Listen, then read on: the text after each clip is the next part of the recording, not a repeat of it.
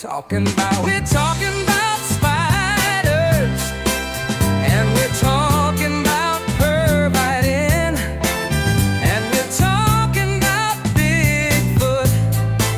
I'm here to tell you where he's been. They call me Mr. Gulley. I'm here to save the day. They call me Mr. Gulley, and I'm gonna lead the way. They call me Mr. Gulley. I'm here to save the day. They call me Mr. Gulley, and I'm gonna lead the way.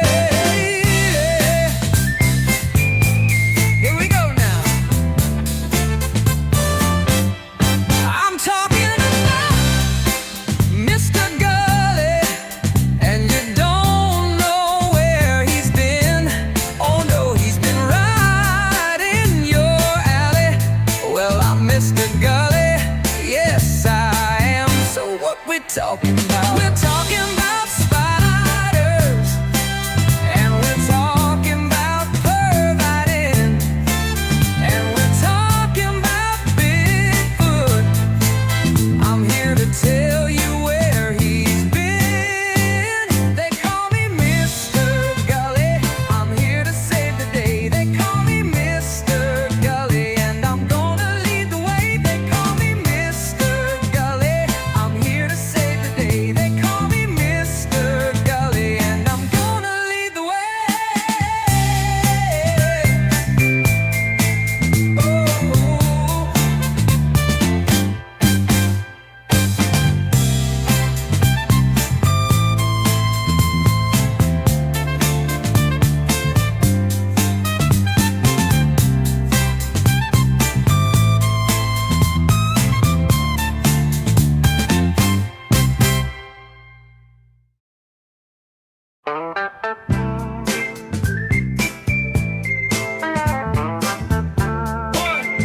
One, two, three, four.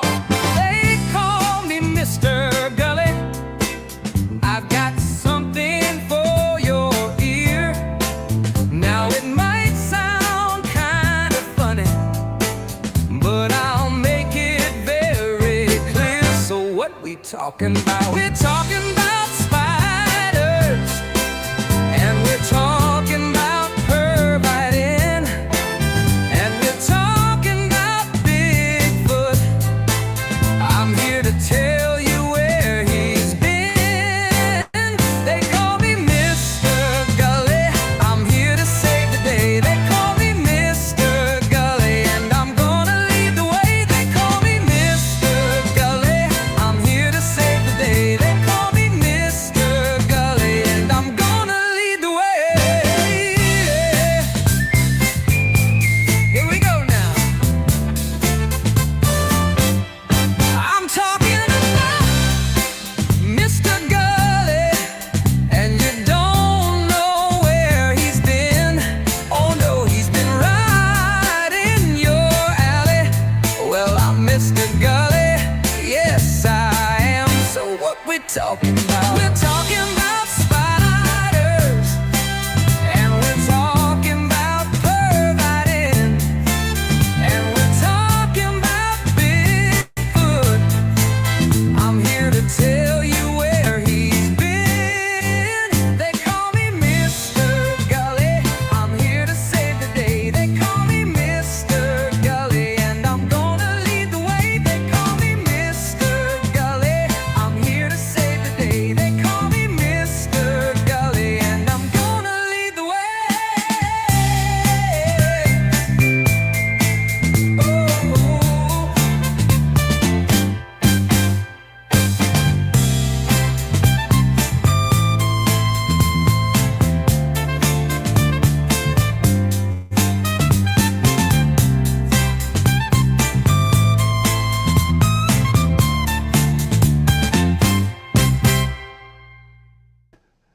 Hey everybody, what's going on? What's hot? What's hip? What's happening? What is shaking? Would like to thank StreamYard for apparently screwing up my video feed. Thank you. Thank you, StreamYard. Always helping since 2020, whatever. StreamYard. $49.99 a month. and it'll screw up your show. Let me tell you about an amazing film called Brian's Song. We'll get into it in a second. Of course, this is Wednesday. Hope you're having a great one. That means it's hump day. We here at the Tom Gulley Show, as always, hope you are receiving the full, total, and complete amount of hump that you so desperately crave and you so rightfully deserve. Please like, share, subscribe, retweet, notification bell, all those free things you can do that help us with the algorithm, the almighty, all-powerful, all-seeing algorithm. Plus, we do have memberships. We do have super chats. We love it when you help us out with those. They help us pay the bills around here. And, of course, if we look at the begging bar, the bottom of the screen, that'll tell you how you can turn on your gifted memberships. Maybe some amazing person will help us out and give you a free gifted membership that unlocks that members-only exclusive content that everybody loves, because it's the stuff I'm afraid to put on the internet at large. And this weekend, I'll be showing 2 more of the 2013 Thank You for Freezing the Screen documentaries that I did, and it's just totally frozen. That StreamYard, I can't thank you enough. Really, I just can't. I can't. But I am going to tell you about Brian's Song. Brian's Song, by the way, before we get going any further, is available for free on Tubi. It only lasts 74 minutes. It's not a long watch, and it is, frankly, amazing. And before I begin, na na na na na na. Na na na na na na na na na na na na na. It's incredible music, and we'll tell you about the music in a second. It was highly awarded and rewarded. And then the voiceover at the start. This is a story about 2 men. One named Gale Sayers, the other Brian Piccolo. They came from different parts of the country, competed for the same job. One was white, the other black. One liked to talk a lot. The other was shy as a 3-year-old.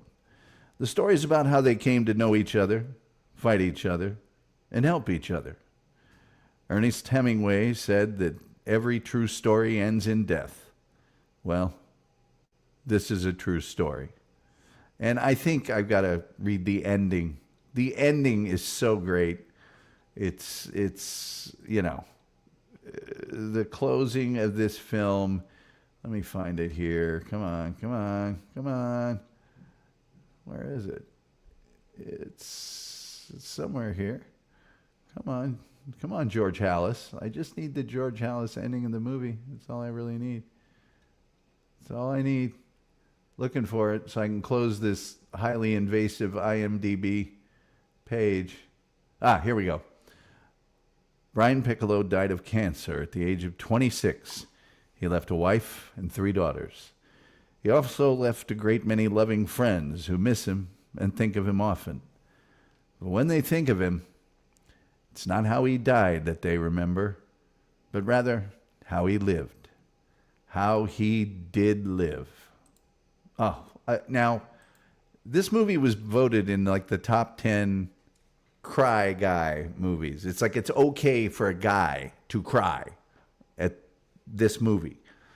Whether you believe that or not, I might get misty-eyed myself. This movie is so amazing. And I'll get to your comments here in a second.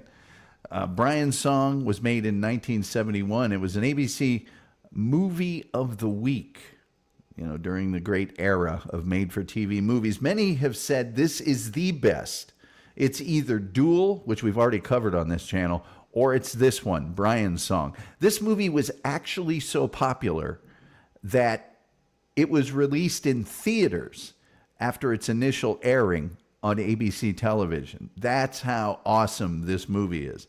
And if you don't know what it's about, why am I freezing up like a lot? StreamYard, StreamYard, I just can't tell you how much I appreciate you. I really can't. Am I going to have to go back? Am I have to leave and come back?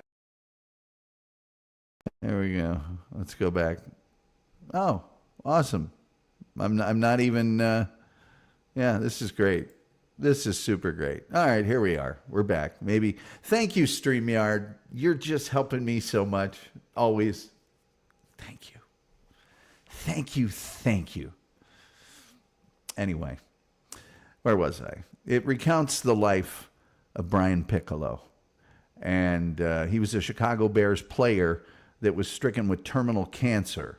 And it was about his friendship with his teammate, Gale Sayers. Now, for those of you who might be younger, Gale Sayers was an incredible football player. And one of the best things about Brian's song is that you get to see highlights of Gale Sayers. If you've never seen any highlights of Gale Sayers, they are going to blow your mind. The man was just absolutely amazing. I think he's the greatest broken field runner in the history of the National Football League. And there's a lot of people that agree with me there. Now, Brian Piccolo and Gale Sayers came from very different backgrounds, and they had very different temperaments. As the opening of the movie indicates, Brian Piccolo was an extrovert. He was funny. He was effervescent. Gale Sayers was quiet. He was solitary. He didn't say much. And they actually became the first interracial roommates in the history of the National Football League. The very first, and in 1970. Maybe a little sooner than that. I think it might have been 1967 that they were actually roomed together. It chronicles their friendship, a few hardships that each of them faced, and it had a major premiere in Chicago. Critics have called this movie one of, if not the finest television movies of all time. The movie is largely based on Gale Sayers' account of his friendship with Brian Piccolo in his autobiography written in 1970 called I Am Third. Now, it's important to remember that Brian Piccolo died in April of 1970, and this movie aired in November of 1971. So it was very, very quickly after his death that scenes were actually shot at Chicago Bears training camp, where a majority of sort of the training camp type footage was shot in Rensselaer, Indiana at St. Joseph's College, which for many, many, many, many years was the training camp before the season started for the Chicago Bears. The plot basically revolves around rookies, Gale Sayers and Brian Piccolo, arriving at the same time. Gale Sayers, a tremendous star. Brian Piccolo, although he was kind of a free agent, he actually led the nation in rushing and in scoring his senior year at Wake Forest. Wake Forest, though, not exactly on the top of the food chain as a football program. So he didn't get the attention. And as he mentions in the movie, this is Brian Piccolo, by the way. As Brian Piccolo mentions in the movie, he had the misfortune of sharing a backfield in college with Tucker Frederickson, who was the number one running back in the nation. And so he had to really scramble even to go to Wake Forest. Tucker Frederickson went to Auburn, a major football power at the time, and even to this day to a certain extent. And Brian Piccolo and Gale Sayers meet at the start of the movie. I'm going to try not to put too many spoilers in it, but let's just say Brian Piccolo performs kind of a prank on him, and they start kind of having this at arm's length friendship that becomes closer and closer and closer. And Gale Sayers immediately becomes a standout player. And Brian Piccolo is kind of a backup fill-in player, a lot of heart, always did what was asked for him, but not as spectacular, obviously, as Gale Sayers. Gale Sayers, and it's kind of legendary in NFL history, suffers a major injury, and Brian Piccolo reaches out to him and makes it his personal mission to get Gale Sayers back to his former athletic glory. And he does so even though the injury makes it possible for Brian Piccolo to be the starter on the Chicago Bears. Brian Piccolo doesn't care. He says, if I'm going to get this, I don't want it on a free pass. I want you as good as you can be so I can whip you and be the best. And then Brian Piccolo contracts terminal cancer. And that's what the movie's about. Now, importantly, the two roles. Well, let me get to some of your comments here first, and then we'll get into sort of the plot of the movie and the people that were in it and some of the interesting things about the production of this film. I'll throw one out here, a little tease, a little tempting tease. Originally, Gale Sayers was to have been played by Lou Gossett Jr.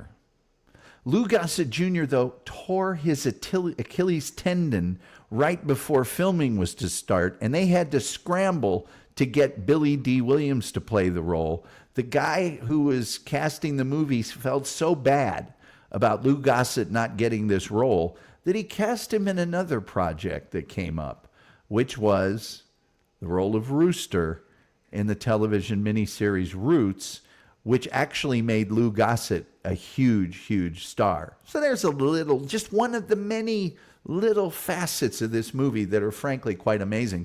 Your comments, however, Funky Bronco can't wait for the show today. He knows it's going to be a good one. Thank you, Funky. Gilman says, great movie. It's difficult to cover without any spoilers. I know. I'm going to try not to do it. Again, free on Tubi. Watch it right after this. I'm telling you, you will not regret seeing it. And if you're a guy, you might be in the position I've been in before, going, the air conditioning, there's something wrong with it. I don't know what's going on. Anyway, always great to see the Gilman. Thank you, Gilman, for being here. Christian Slater, well-known Hollywood actor, he drops in from time to time. He enjoys us when we talk about spiders, but he says, spoilers, Jared's here from the Pot Awful Cult. H2BH to you, Jared. And of course, we always like having Christian Slater here. Mr. Burgers, a well-known internet personality. If you haven't seen his unswallowing of orange juice, you simply haven't been on the internet. Hello, Mr. Burgers. Always nice to have you here. Jay Bizzle, also from the cult, here with us. Good to see him. Metal Maiden Vicky, her show, Metal Maiden Vicky's Metal Euphoria, may be viewed every Saturday from 3 p.m. to 8 p.m. with our wonderful partners at SonicAsylumRadio.com. Funky Bronco does not mind spoilers. He likes gridiron football, and he tells all of his friends to watch this show. Well, Funky, thank you so much. We really do count on you folks to spread the word. Dupa is here. It's not a show unless Dupa Dupa Doo is here. People saying hi. We do have the most cheerful chat room on the internet, as verified by independent sources. Just to show you the elite company you're in when you watch this program, the chef is here. He is an actual chef, and he is actually in the house. Oh, Funky, thank you for mentioning this. He had to rewatch the Ruta Lee interview again. He enjoyed it so much. 1 week ago today, I was walking the light fantastic, talking to the one and only Ruta Lee. I'm never going to forget that. Thank you for bringing it up. He did not play gridiron, did Funky Bronco. Chef is in the house. Gene 1313, good to see you. When I was a kid, it was the first time I saw my dad well up. Yeah, even tough guys cry at Brian's song. And there's a hello there. Good to see you, Gene. Everybody saying hi. Everybody's saying hi. Coach Mike Rodick says, I'm not crying, you're crying. That is funny. Hello to all my friends in chat. Oh, hey, Tom. Oh, hey, Coach.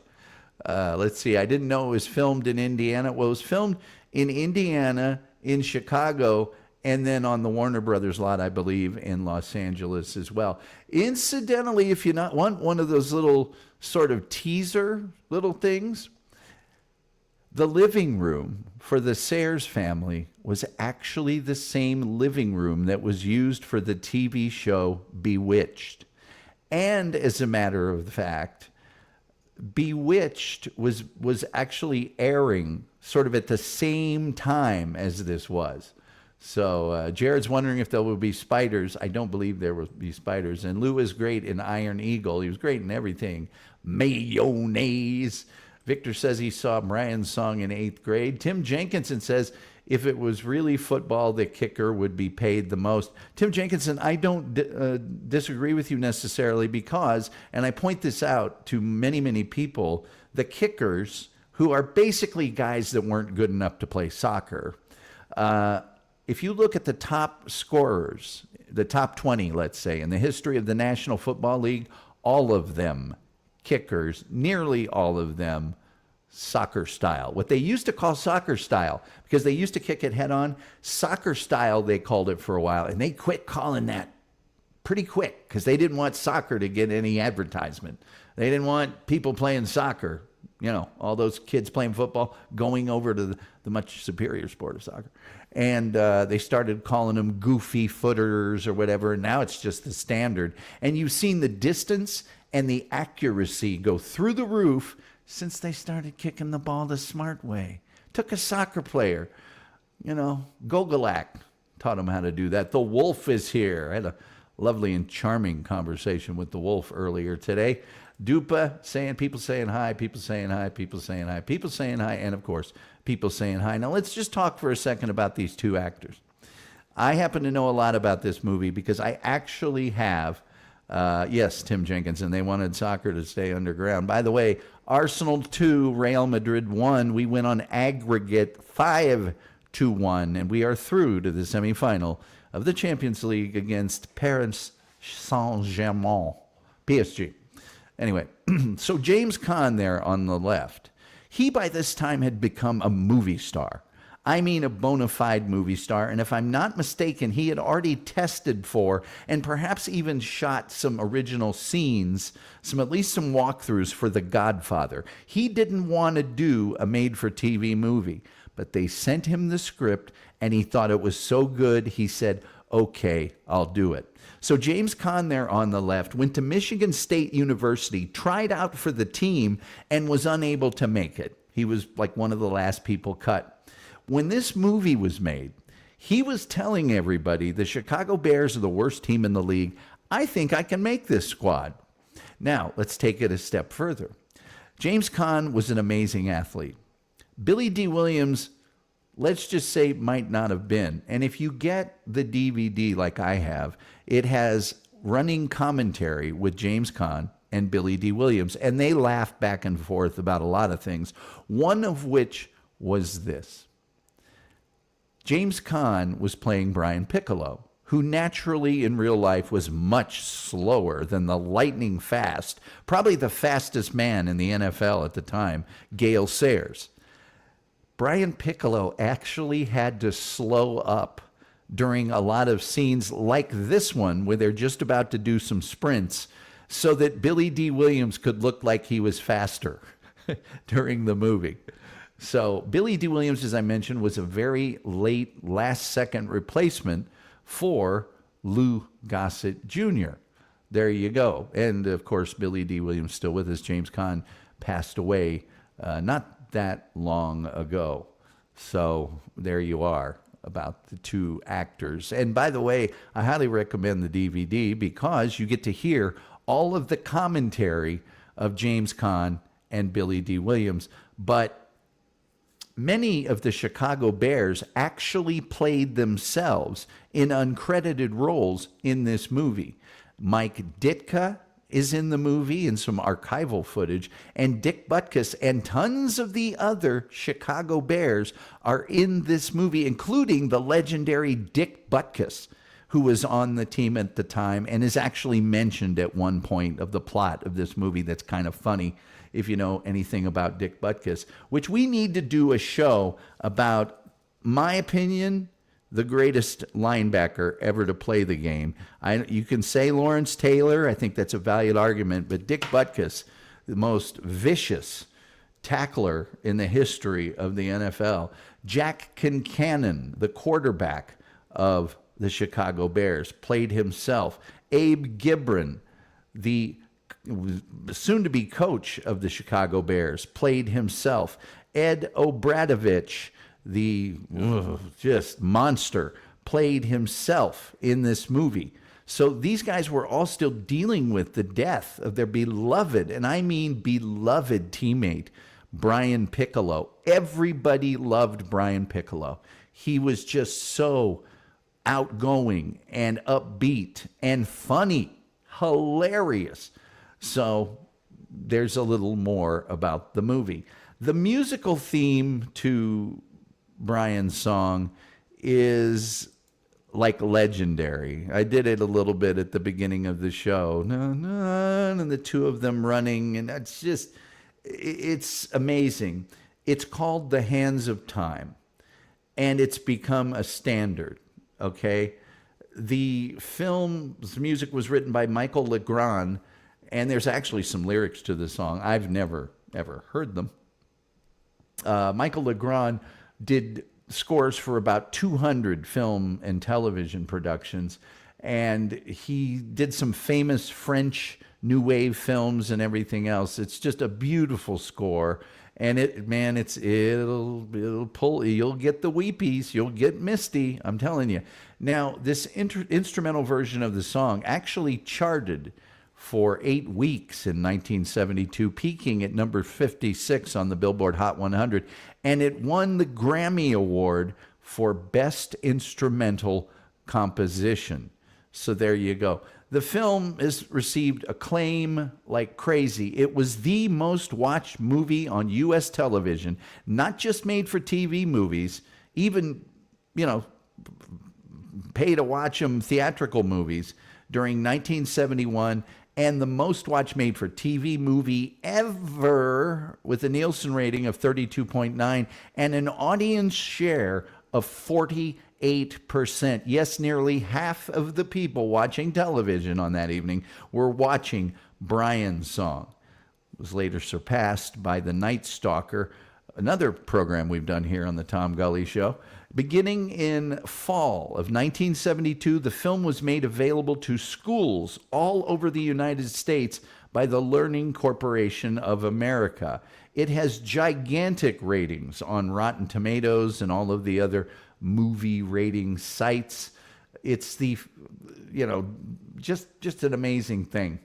It was nominated for the Best Edited Television Program by the American Cinema Editors Awards. The Directors Guild of America voted it the Outstanding Directorial Achievement for Movies and Television.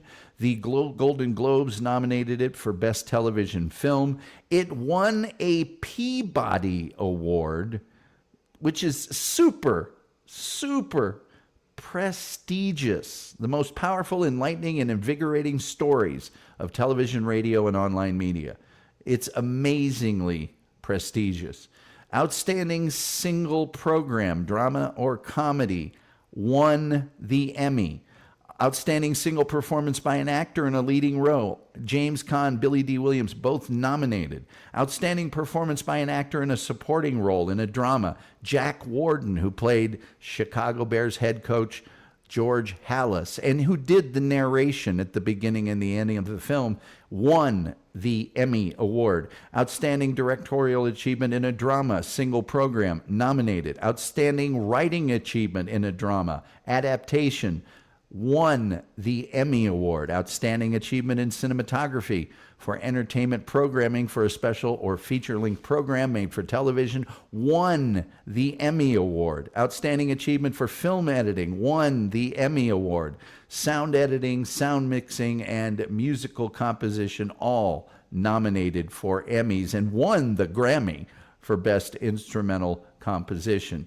The Producers Guild of America Hall of Fame television programs in 1998 awarded their award to Brian's song. In 2000, the Online Film Television Association gave a Hall of Fame nod, inducted it into their Hall of Fame for Brian's song. And the TV Land Awards won Blockbuster Movie of the Week, James Caan and Billy D. Williams.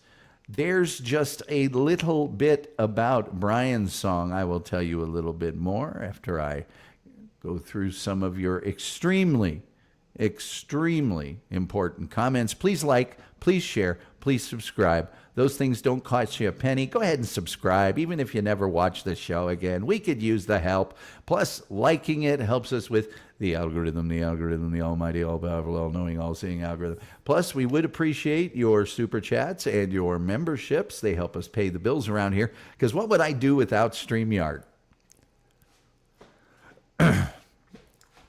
And by the way, if you look in the crawl at the bottom of the screen, you will see how to turn on your gifted memberships. Maybe somebody will give out a gifted membership. I personally think that's the best way to support the show, is giving a membership to somebody else. Also, one of the cheaper ways to support the show. And if cheap doesn't describe this show, I don't know what does. Victor says, what's the name of the number 41? That would be James Caan, the actor, playing Brian Piccolo, the focus of the movie, Brian's Song. Victor says, James Caan, good actor. Rest in peace, James Caan. Yes, Sonny in The Godfather. And also in Misery, if you've ever seen Misery, that's James Caan as well. Kim Warfield says, the Kansas Comet. Yes, that was the nickname of Gale Sayers. And he truly was a comet. If you've never seen him, just watch Brian's Song. There's so many great, absolutely fabulous clips of him running. And then if it intrigues you even further, go to YouTube and watch the highlights there. Nobody like Gale Sayers. Absolutely nobody. Dupa says James Caan was an amazing actor. He certainly was. Just great in everything he was ever in. Dupa says, I would put Reggie White, Jerome Brown, and Warren Sapp up there with Butkus. Those are all great players, but I'm telling you, Butkus was a linebacker. Those guys are all amazing. I mean, Reggie White might be the best defensive lineman of all time, but Butkus, in a time when middle linebackers were a big deal, he was the King Kong of middle linebackers. And if you watch the NFL films, highlights of him, you know, it was a destruction of the National Football League. And you have to remember, the Bears were not very good when Butkus played for them. They weren't very good at all. But the whole league was terrified of Dick Butkus. That's just the truth of it. Victor says James Caan was good in a movie, held hostage in a bed, legs broken with a sledgehammer by the old lady holding his hostage. Yeah, Misery. That's right. You can do that for defensive linemen, Dupa. Yeah, Wolf knows what I'm talking about when I talk about Dick Butkus. Julian Zeezer says, good evening, everyone, especially Tom. Hope you're all well. Same to you, Julian, and it's always great to have you here. Your commentary is always very much valued on this program. Doo says, Victor, yes, Misery was a good horror movie. It really was. Hello, Julian. Good evening. People saying hi. I think Misery is King's best novel. It is very good. Oh, that naughty Kathy Bates. Yes. People saying hi, kinda. It's a good movie. James Caan in Rollerball was my favorite. Yes, Jonathan E. That was R-rated. My dad took me to see it. I wanted to see it so bad. I shared about 20 friends tonight. Thank you, Chef. Chef, you're doing the God's work. You really are. Rollerball, such a good movie.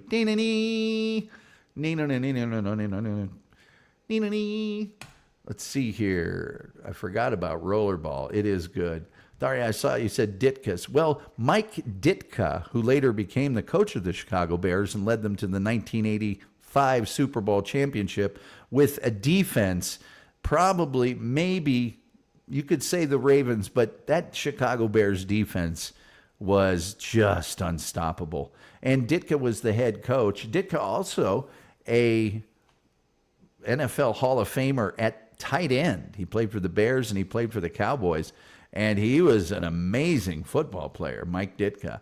And also in that movie, in some archival footage, uncredited, Dupa says, I got distracted for a couple minutes. That's okay. This show is easy to be distracted from. Deacon Jones for a defensive lineman, another great defensive lineman. I remember Butkus, says Victor. And Butkus just died a few years ago, so not too long ago. Everyone in chat, don't forget up fingers. Thank you, Jared. I appreciate that. Dick Butkus was wonderful. Dick Butkus also became an actor of note in his own right in sitcoms and various other movies like Johnny Dangerously and other things. And was Butkus in Mean Machine? The Longest. I don't think he was. I think he might have been the field goal kicking mule or something. But he was in a lot of stuff, was Dick Butkus. So Anyway, another few things about the movie Brian's Song, okay? As I mentioned, it was actually shot. I mean, Brian Piccolo had not been gone for that long. Subsequently, his wife wrote a book about the whole experience. Not his wife, I'm sorry. Johnny Morris was one of the teammates of Gale Sayers and Brian Piccolo. He was a wide receiver. And his wife, Jeannie Morris, ended up becoming a very well-known sportscaster and writer in Chicago. And she wrote a book called A Short Season with sort of the cooperation of Brian Piccolo's wife. Many, many things were done to sort of lend a philanthropic meaning to the life of Brian Piccolo. Wake Forest has a number of events to this day that are in honor of Brian Piccolo that go to support cancer research. And, you know, Brian Piccolo inspired so many people with his fight against cancer. He started losing weight during the season. They couldn't figure out why. And the movie will tell the rest of that story.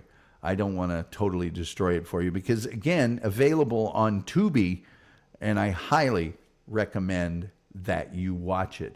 Countless movies have made reference to Brian's Song throughout the years. I'd bring it up, but IMDb will lock up my computer. Let me see here. See if I can find it another way. Mork and Mindy. There's a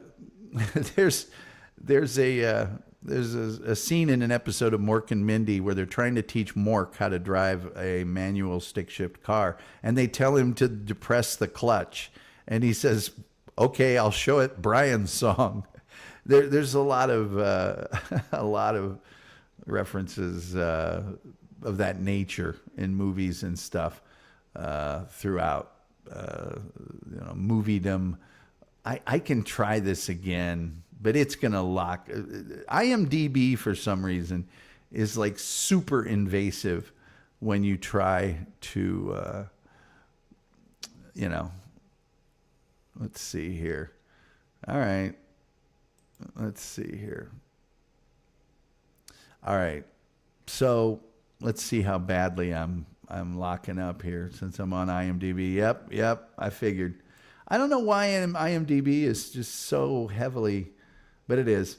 There's a movie called Freebie and the Bean that stars James Caan.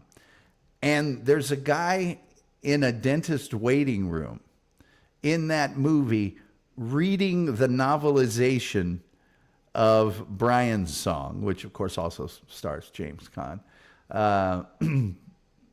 River's Edge, Clarissa says she died when she watched Brian's Song. Mystery Science Theater brings it up all of the time. Frasier, Martin tells Frasier he cried during this movie while his best friend was present, and they made fun of that. His best friend made fun of that ever since, and they've never spoken again. On Friends, Phoebe thinks that Monica is quoting from Brian's Song when she's really not. There's countless movies where people discuss the movie. The John Larroquette Show does that. Friends, Phoebe rents the movie after she finds out her mother would shut off sad movies right in the middle when she was a child. That 70s show, Late Night with Conan O'Brien. King of the Hill, Boom Hour mentions it. Gilmore Girls. A guy named Brian writes a song called Brian's Song, unaware that there's a movie by the same title. There's just, I'm looking at probably 100 different references to it. It's been spoofed in many, many things. And I could do quotes. Gale Sayers won the Comeback Player of the Year award that the NFL awards, largely due to the help of Brian Piccolo, who helped him rehabilitate his severely damaged knee. You have to remember back then, an ACL or an MCL injury was seen as career ending. You're done. Nowadays, they get them fixed and they're back in months.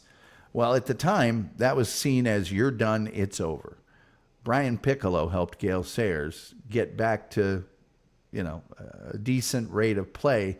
And Gale Sayers, for that, won the Comeback Player of the Year award and dedicated his award famously to Brian Piccolo. I love Brian Piccolo. And I want God to love Brian Piccolo too. So tonight I love Brian Piccolo. So tonight when you hit your knees, ask God to love him too. He opens it up with Brian Piccolo inspires me. He fights an opponent every day that's unbeatable and goes through all of that. And he says, tonight this award is mine. Tomorrow it belongs to Brian Piccolo. So it's a guy thing. It really is. I'm getting a little misty here. Sorry about that.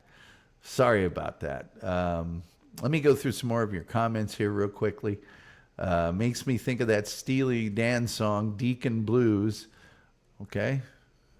Deacon Jones would not remind you of Deacon Blues. In fact, Deacon Jones said of Dick Butkus, Dick Butkus was an animal. He was a well-trained animal, and he was there to put you in the cemetery, not the hospital. And he was right. Deacon Jones did star in an episode of The Brady Bunch, along with Jack Snow, and I think Roman Gabriel. I could be wrong about Roman Gabriel. Sorry, says Dupa. Don't be sorry. Don't be sorry at all. Because Deacon Jones and Reggie White and all those guys, amazing defensive linemen. They really were tremendous players. But Dick Butkus for a linebacker, different story. Julian Caesar says, what year did the NFL finally decide it was finally going to change the rules to favor the offense and cripple defenses? 1990 maybe? It was a slow evolution, Julian Caesar. They got rid of the bump and run. You couldn't stop receivers the way that you were supposed to. Then they got into the whole can't hit the quarterback. The quarterbacks, before they changed the rule, would just get annihilated after they threw the ball. So it was a slow evolution, but I do agree with you that they have turned it largely in favor of the offenses. Gilman's back. He says, hey, Gully Heads. Hey, Gilman. Awesome. Good to see you. People saying hi. People saying hi. People saying hi. Julian Caesar says, up fingers, Jay. I'm not sure what that means. Up fingers means hit the like button. That's what the kids call hit the like button. I like to street it up for the kids here on this show a little bit. Dupa says, Julian, I think it has to do with the Pod Awful podcast. No, I think it's just slang that some people use for hit the like button. Hit the up fingers. Victor says, I don't have any connection to Mork and Mindy. I worked a remote site, fire-related, in the mountains. Heard Mork died. Sad. Yes, very sad. Tim Jenkinson says, I was just looking up how many sports teams have been involved in plane crashes. So many have. Yeah, we could do a show just on a few of those. The most famous ones, I think, are the Marshall University football team and the University of Evansville Aces. Also had a very terrible plane crash. Not to mention, as you know, Tim, the Manchester United team. I believe in 58, Busby's Babes and those people that crashed in Munich. I think it was in Munich. It was somewhere in Germany. Doopa says, thank you for reminding us, Wolf. My pleasure. Gilman says, this movie does tug at the heartstrings. It is such a guy movie because it's all the real guy stuff of sports and competing and the friendships that you have with people that you're actually competitors with. And I'm watching it again tonight. Na, na, na, na, na, na. How he did live. Freeze frame. Anyway. Julian Caesar says those old Bear uniforms look good. All the old simple uniforms look good to me. Yeah, I agree. I see like the Titans uniforms and the kind of the Broncos, but definitely the Ravens. And I just go, I don't know what that's about. The Colts have never changed, really. They've remained the same. I was running cross country at that time, and our cross country coach patterns watched to teach us teamwork. Yes. Yes. You want a teammate? You got to be a teammate. The players I coach have probably heard that 72 million times. I say that all the time. And I also say nobody wins unless everybody wins. They don't come out at the end of a soccer match and go, you 7 guys won, you 4 guys. No, nobody wins unless everybody wins. So Julian Zeter says, I can agree with protecting the quarterback at least. Yes. Doopadoo says, look up Turkey Joe Jones sometime, Julian Zeter. Look that one up. Doopadoo says, Art Donovan on the Johnny Carson is in my top 10. He was great on Carson, and he was great on Letterman. I personally think he was better on Letterman because he was on Letterman more often. But either one, Art Donovan is just just amazing. Victor says, Highway to Heaven, Touch the Moon, Tear to My Eyes. Yeah. Yes. Jared, we ain't here to cause no trouble. We're just here to do the Super Bowl shuffle. The Super Bowl shuffle, it used to be popular. And I know they did this in England for the FA Cup for a long time. The teams would record songs about their aspirations and that sort of thing. And the first one to do it successfully in this country were the Chicago Bears with the Super Bowl shuffle. It was kind of a rap. And it was cool at the time, but you watch it now and it's almost comical. People laughing. Highway to Heaven, nice pull. It is a nice pull. Victor says, haven't watched the movie since 8th grade. Still remember it.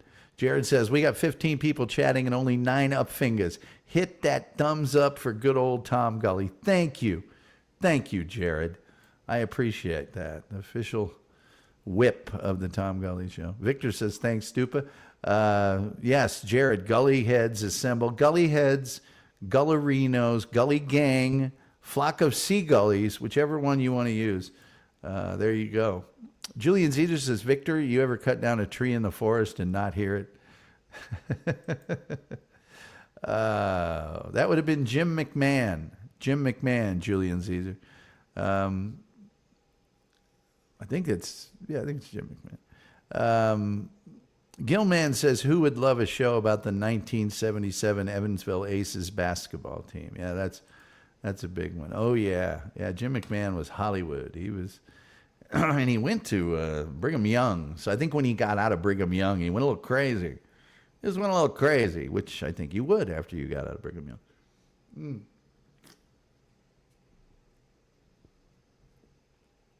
Let's see here. Christian Slater is back with us. You can't see it because they're knocked out of the black. It's hard to see.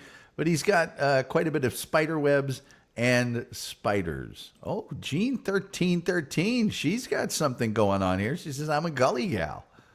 I kind of like that. Little something for the ladies. Something for the ladies. By the way, Brian's song also involved the wives of these two players. They were actually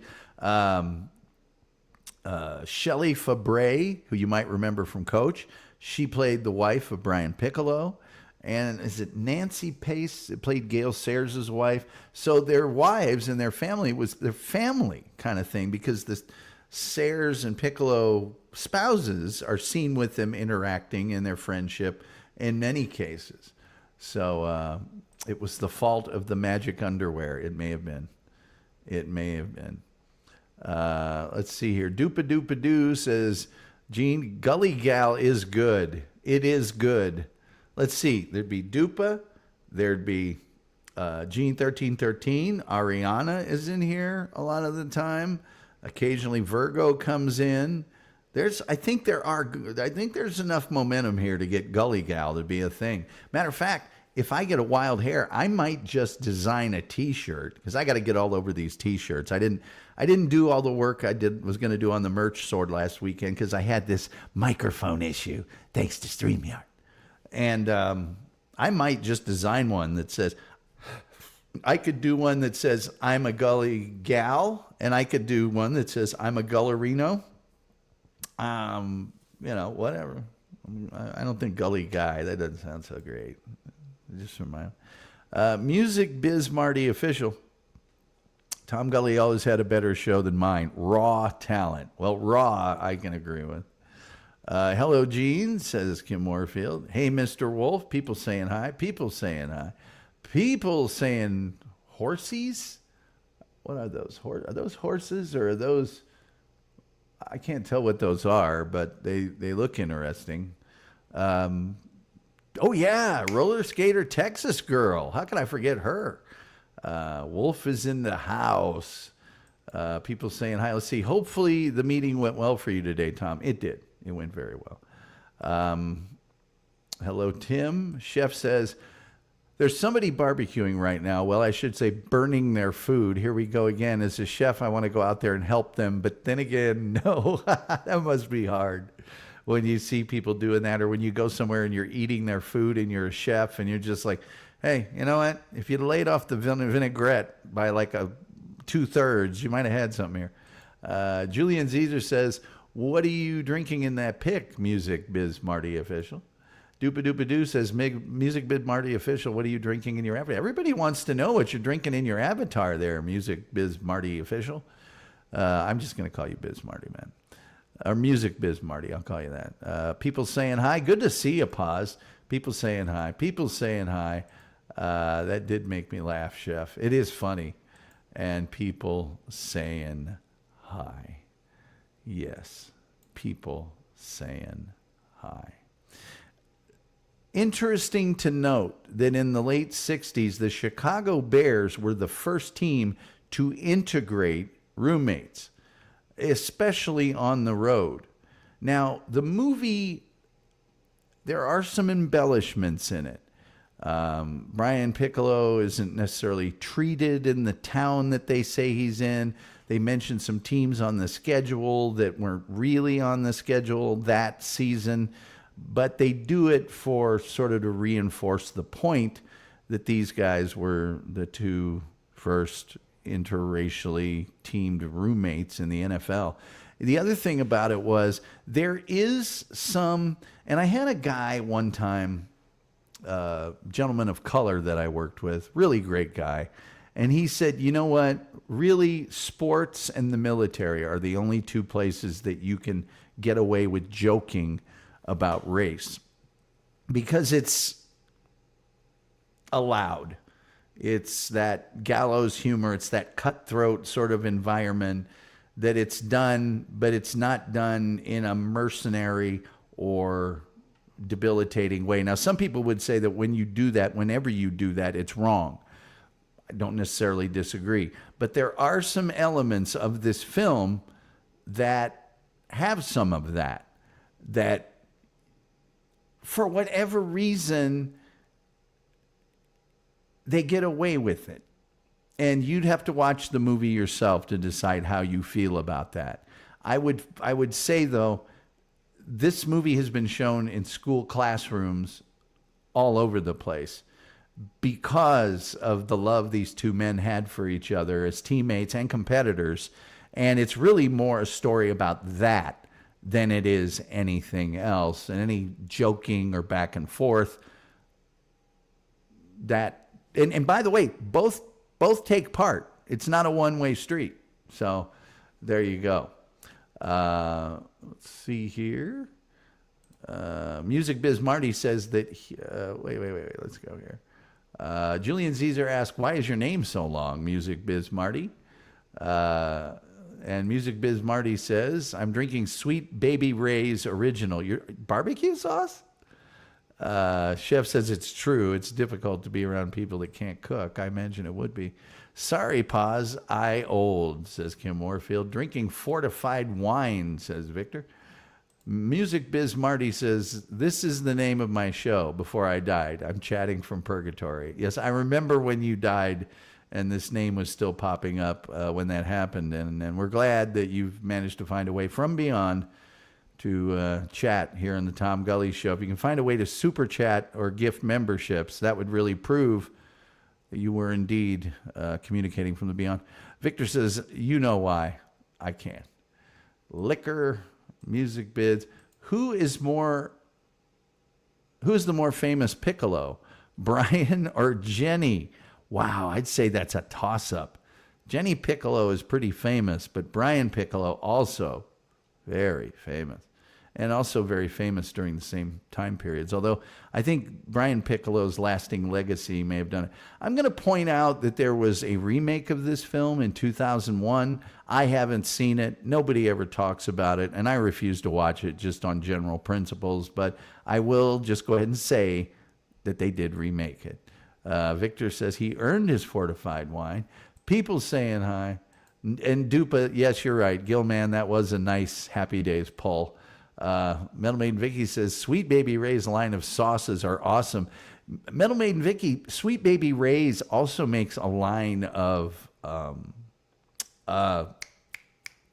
beef jerky that's incredible. It's really good. Available at Walmart. Victor says, I had a boss from Arkansas, called him Pot Liquor. People saying hi. Jenny Piccolo is funny. I remember when she was always just talked about, and we finally got to see Jenny Piccolo. And by the way, Happy Days ought to be a show that we cover here. Tomorrow we are going to do Who's on First. I think I said I was going to do that today, but then I started getting into Brian's song and said, I want to do Brian's song. Music Biz, do you have Ozempic in the afterlife? That'd be interesting to know. Julian Caesar says the very best barbecue sauce is made from reduced Spanish fortified wine, so I guess it's a good thing to drink. All but the alcohol is gone. Well, there you are. There you are. Oh, my God. I was kidding, Music Biz Marty, but thank you for the $9.99 heavenly dollars. Jesus says the only way to heaven is to follow the word of the gully. Thank you, Music Biz Marty. Oh, thank you. And I appreciate the $9.99. And a matter of fact, for that, you probably didn't know this, Music Biz Marty. However, for that, what am I doing here? Didn't want to do that. For that, you get, and this is the highest thing we can bestow you with, you get the point. Yes, Music Biz Marty, you have donated to the show. First person to do so in many days, I might add. You get the point.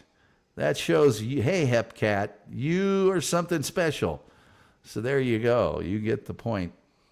Deja Vu. Didn't you already do Brian's song? Well, you know, this has been the subject of much controversy, Julian Caesar. And I think the Wolf and I talked about this today. It might have been in an overrated, underrated. That's what the Wolf says. I think it was from an episode that we did called Tearjerker Movies. And I think we talked a little about Brian's song during that episode. Let me get this up here in case somebody wants to buy it. It's on Tubi for free, kids. I'm watching it tonight. I guarantee you I'm watching it again. And I don't normally watch movies that I own the DVD of, but I will definitely watch it on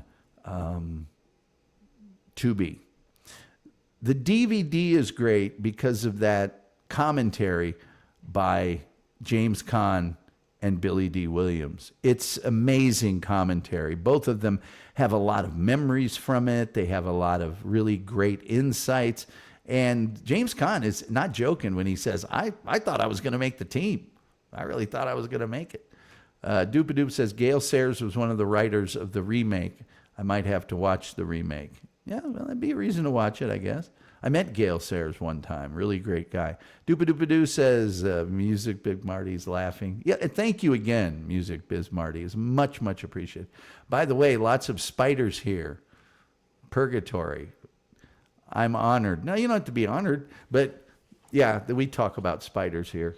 It's because the viewers want to talk about spiders. You know, they always get what they want around here. Julian Caesar says, thanks for taking the pressure off all the rest of us, Music Biz Marty. That is nice of you. The Wolf says, Victor, like Keith Richards, I'm dead and no one has told me yet. Paz says, wow. Gilman says, I concur. Is that a young Billy D. Williams? Indeed, it is. It is, Julian Caesar. It's a young Billy D. Williams. I think he's an underrated actor. He really is.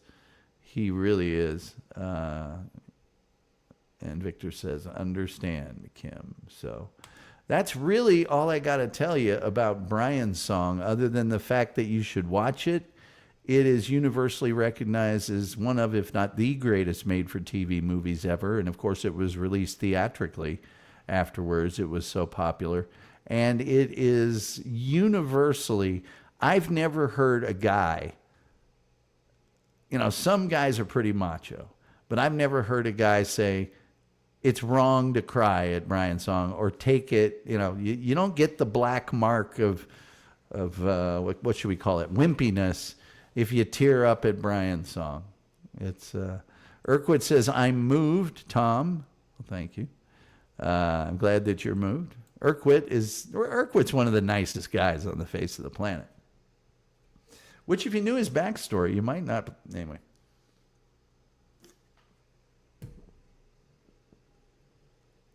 But he is. He's a real smart guy, too. And people saying hi to Urquhart. Urquhart, have you seen Brian's song? Have you ever seen it? You need to see it. Gilman says Brian's song is a must-see for everyone. It's free on Tubi, and it's 74 minutes long. That's all. It's only 74 minutes long.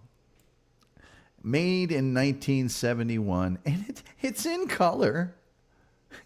It's in color. Some of these kids don't like watching. Never seen it, downloading now. Awesome. Na, na, na, na, na, na. I have to admit, I was on a sports station I'll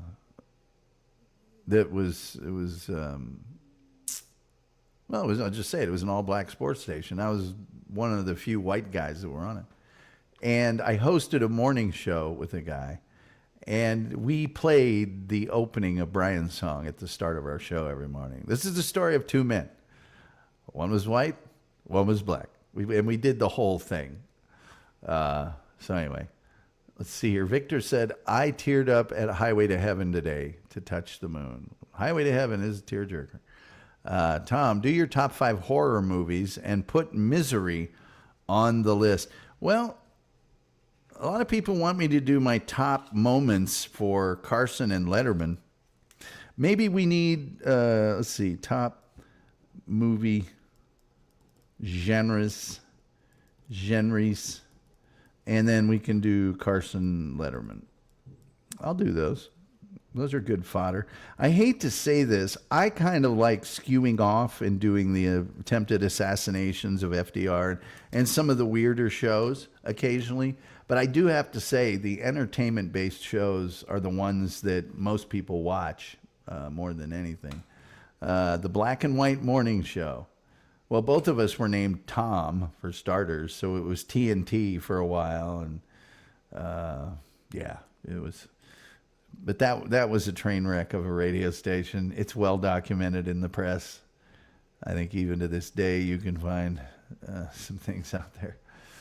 Julian Zeter said the weird stuff is my fave. Just saying. Yeah, we need to keep that sort of Liberty Boats and, Truman assassination and Snake River Canyon jump and 1906 earthquake and things of that nature. I think we really do need to keep that stuff in the mix. I can tell you, I'll be doing a stand-up comedian every week for quite some time. So that's an entertainment thing. But I'm trying, like the vending machine killings that we did on Monday, I want to keep that stuff in there. Zimbabwe FN. Victor says, believe it or not, alive at the JFK assassination. I was alive at that time, too. So was the wolf. Don't stop doing the offbeat stuff. I won't. The entertainment stuff just offers itself up a lot easier. Is Mark Twain the first stand-up comic? A lot of people think the early Greek philosophers might have been the first stand-up comics. Chef says, sorry, Tom, have to go. Say goodnight, Gracie. Good night, Gracie. And thank you so much for being here, Chef. So appreciate that. But we've got enough wacky kook. I mean, I did ball jars, and that was actually pretty popular. So we'll keep doing the offbeat stuff. It's just harder to come up with those. I'll be honest with you. It's just a little more difficult. That doesn't mean it's impossible, and that doesn't mean I'm going to stop neither. I could also do Dick Prenicky, who isn't entertainment, but he is a person that's rather amazing. That's not entertainment. And we like doing ones on certain kinds of food and things of that nature. So we'll keep doing that. We'll keep doing that. And the more suggestions you guys give, the more we'll jump on those. But we are going to do Who's On First tomorrow, I think. Good night, Chef. And Tom's obsessed with Dick Prenicky. Well, Dick Prenicky, he's got 2 documentaries that are out about him. And he went up and built things by himself with nobody else up in the very cold Alaskan wilderness that you can't even imagine. And so Zimbabwe are now paying the white farmers compensation and giving them their farms back. Well, that's nice of them. Metal Main Vicky says bowling. Bowling is a great topic. And bowling alleys would be part of it. So I just wrote that down. I might come up with something tomorrow and just push that other thing back to the back. The thing I was talking about, Who's On First. If I can think of a more offbeat thing, I might just push that back. So we'll have to see. But Brian's song, you gotta watch that tonight. I'm watching it. Na, na, na, na, na, na. Tell you, you'll have that in your brain. Yeah, like Carnivorous Plants. That was a great show. That was a fun show. What else have we got here? I still haven't gone through all of these. Well, I'm not doing soybeans for a while. I think that was a little premature. I might have. I could do werewolves. That some people have been requesting werewolves. But yeah. The wiper blade. Could do the wiper blade. Plungers, the screwdriver, hammer. Chef says, let me know what kind of food you're thinking about. We'll do that. Bowling alleys is a good one, says Gilman. Well, maybe tomorrow should be bowling. Good Friday tomorrow. You're later than I am. It's Thursday there for you right now, Tim Jenkinson. I have a Thursday show, and then I have a Friday show still to do this week. So, Good Friday. I don't know what. Maybe we should do something a little for Good Friday. I don't know. But tomorrow, I'll tell you what. Let's do bowling. Well, let me hold on. Let me check this out. Sometimes I think there'll be a topic will be great, and then I see that it's going to be a lot of research. Wow. Bowling. You know what? I think we're going to be okay on bowling. Metal Maiden Vicky. Oh, my Lord. Yeah, tomorrow's going to be bowling. How about that? Metal Maiden Vicky, you get the point for coming up with that topic. So bowling tomorrow. Bowling will be our topic tomorrow. If it gets little to no views, well, I know who I'm going to blame. No, I'm kidding. I am kidding. And this is the ad for the premiere. A true story about love. World premiere, movie of the week. And there you see the Chicago Bears helmet with the 2 players. And let's just keep this up throughout the rest of the show as we remember the amazing life of Brian Piccolo of Chicago Bears. Let's see here. Kim, when you get off... Whoa. I don't know where that's coming from.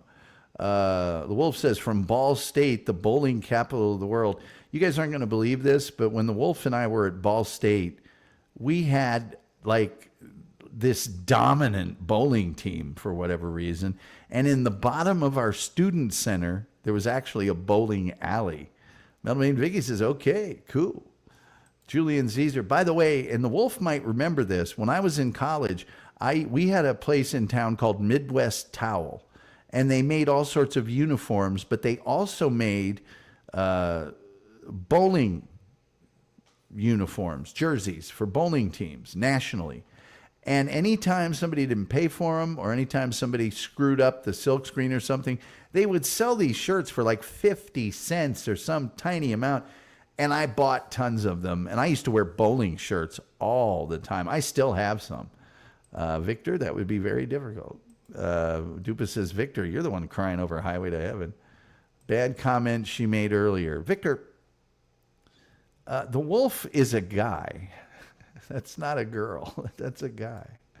Let me see here. Let me just see here. Victor, just for your own edification and background, where is it at? Is this it?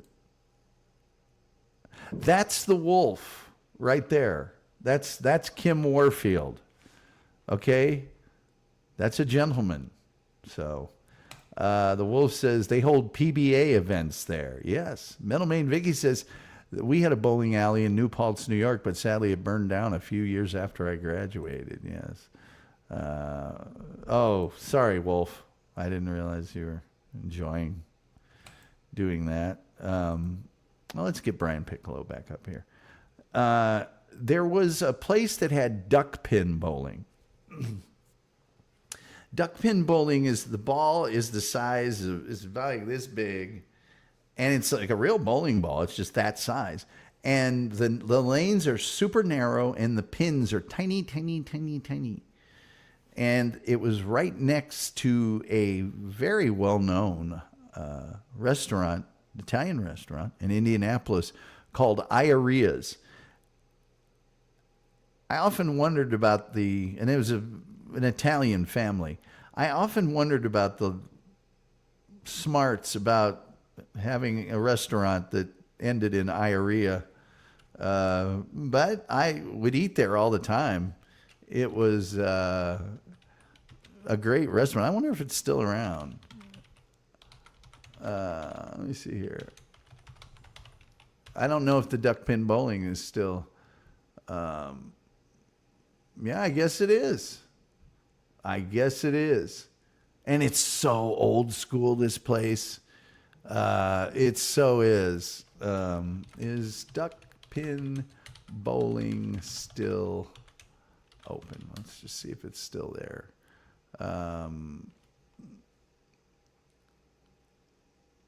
Let's see here. It says the one next door is no longer open on Yelp. Well, they believe it's no longer open. That's too bad. They weren't connected. The businesses weren't connected. Let's see what Reddit has to say about this. I'm going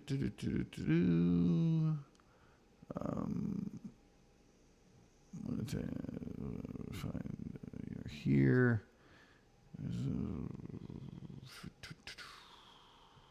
Let's see.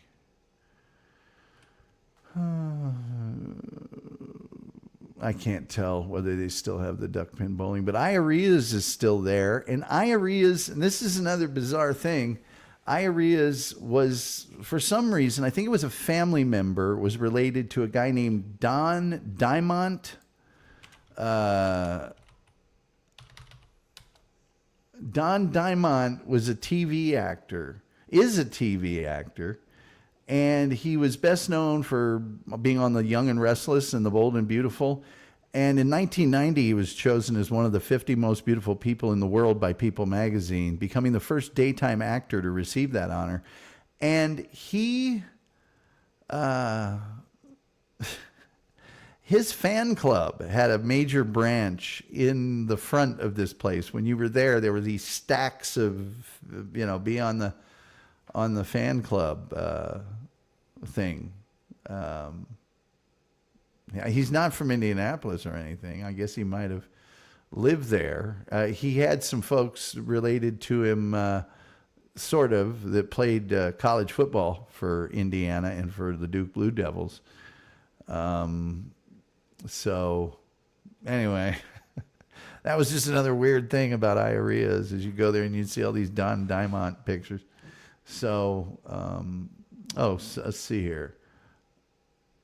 Mel Mavie says, I was able to take bowling for one of my college gym classes. You could do that at Ball State, too.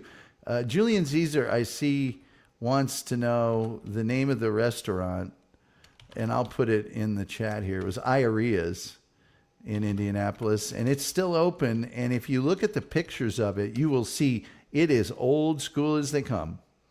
Red sauce, white tablecloth, Iaria's. There you go, in Indianapolis. Really great place to go. Tell them Tom sent you. I'd take dates there all the time. Get that lasagna in this like crock bowl and just cheese over the side. It's just a good place to. Man, I want some now. Dupa says, Vicky, I stop by New Paltz when I visit friends in Vermont. I love that town. Dupa's nice. I just covered the restaurant's name. Funky.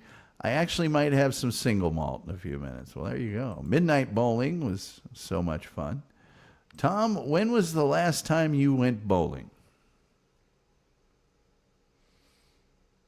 I went to one of these. It was for work. They had a company event at one of these places that turns the lights down. It's dark in the bowling alley except for like fluorescent lighting. And it's like black light, and the bowling balls are weird colors and stuff. And that was 3 years ago, I think. I miss league bowling, says the Wolf. I do too. I was on a league bowling team. It was really fun. Although I ended up driving everybody home because they were just smashed after the bowling. Me too, Wolf. You two should go bowling again. Well, the Wolf lives about 2,000 miles from me, I think, or at least 1,000. Victor says, now go outside, watch crackheads, causing stress for me. Victor, I'm so sorry you're going through all that. Iaria's, great restaurant. Look at the pictures, but search for that and look at the pictures. You'll see it is old school. It could have been in The Godfather. It's such a cool place.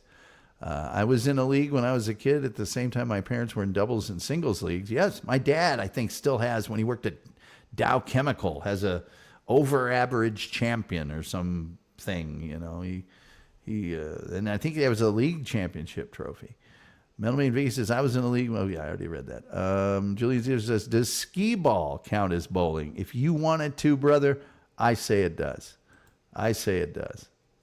Many of the same properties apply.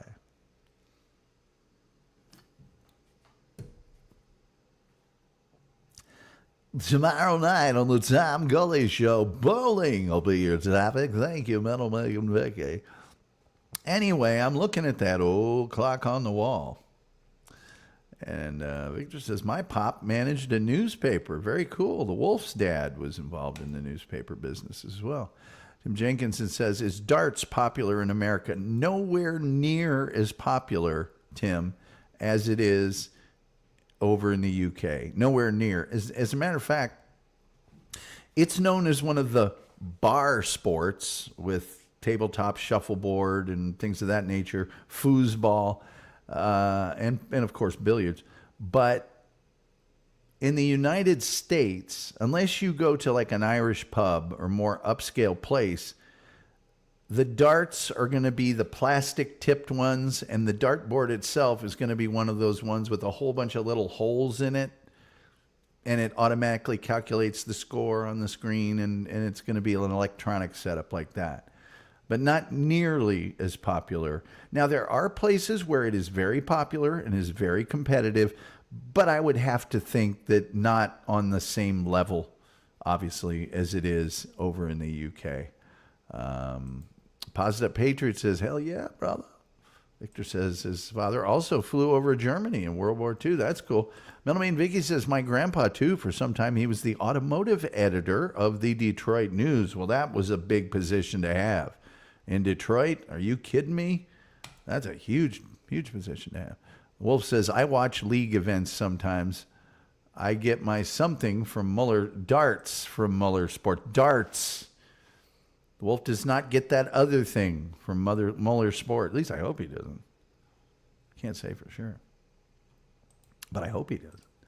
Anyway, I'm looking at that old, just like me, doesn't talk about it much. I understand, Victor. Metalman Vicky says, we had a dartboard with real darts growing up. We did too, but that, I don't even have to tell Metal Maiden Vicky how many people got him, one in the arm or the leg or it just was an accident waiting to happen. You are correct, Tim Jenkinson. And a lot of people are injured by disjointed fingers because you got to pull the finger. Julian Zezer says, just hasn't been the same since they banned lawn darts. They haven't banned them, but the tips are not nearly as lethal as they used to be. We covered lawn darts when we did the Dangerous Toys episode. Go back and check those out. Metalman Vicky says, I gave it to a friend when I cleaned out my mom's house. Yeah, they're still kind of cool. Wolf says, I still have one up along with the rules. There you go. Metal, same here. Darts was fun. Lawn darts hurt.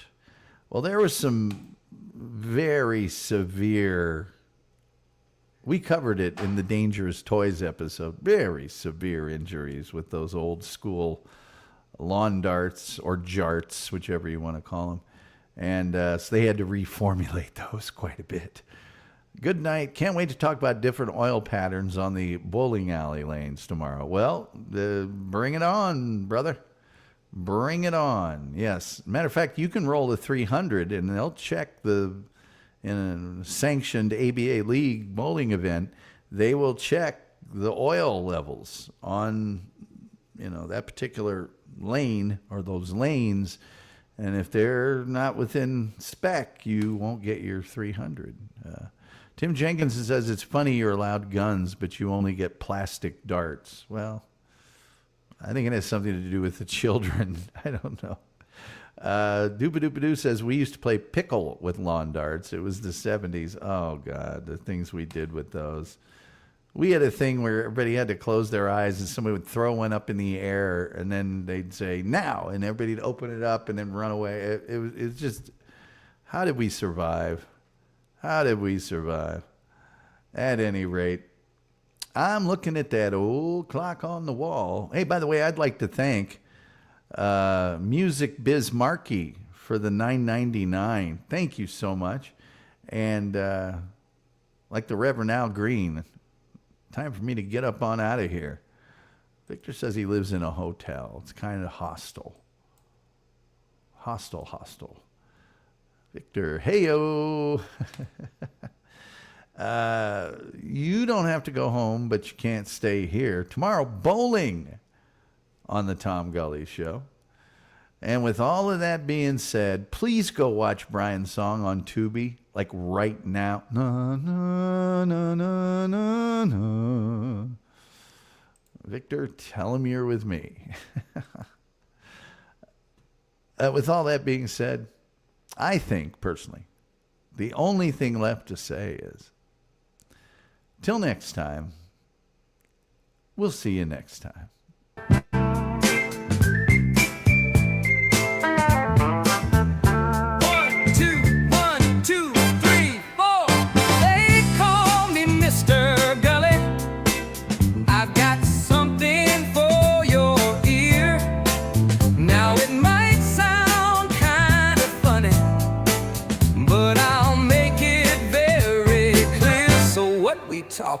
We're talking about spiders, and we're talking about pervitin, and we're talking about Bigfoot. I'm here to tell you where he's been. They call me Mr. Gulley. I'm here to save the day. They call me Mr. Gulley, and I'm gonna lead the way. They call me Mr. Gulley. I'm here to save the day. They call me Mr. Gulley, and I'm gonna lead the way. Here we go now. I'm talking about Mr. Gulley, and you don't know where he's been. Oh no, he's been right in your alley. Well, I'm Mr. Gulley, yes I am. So what we're talking